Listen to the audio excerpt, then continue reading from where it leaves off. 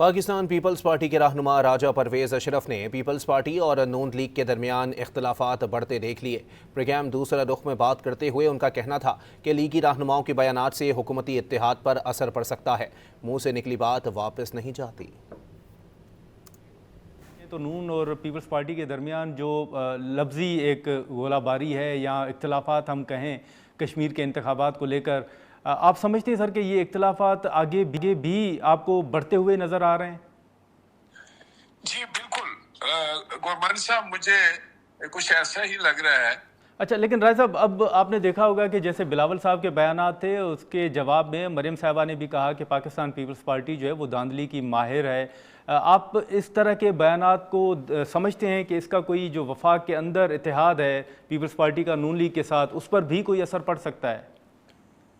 بالکل پڑ سکتا ہے۔ میں کہتا ہوں کہ جب دوریاں ہوتی ہیں تو پہلے دلوں میں دوریاں ہوتی ہیں نا۔ ہاں، پہلے یہ زبان جو ہے نا، اس سے نکلا ہوا لفظ واپس نہیں جاتا ہے۔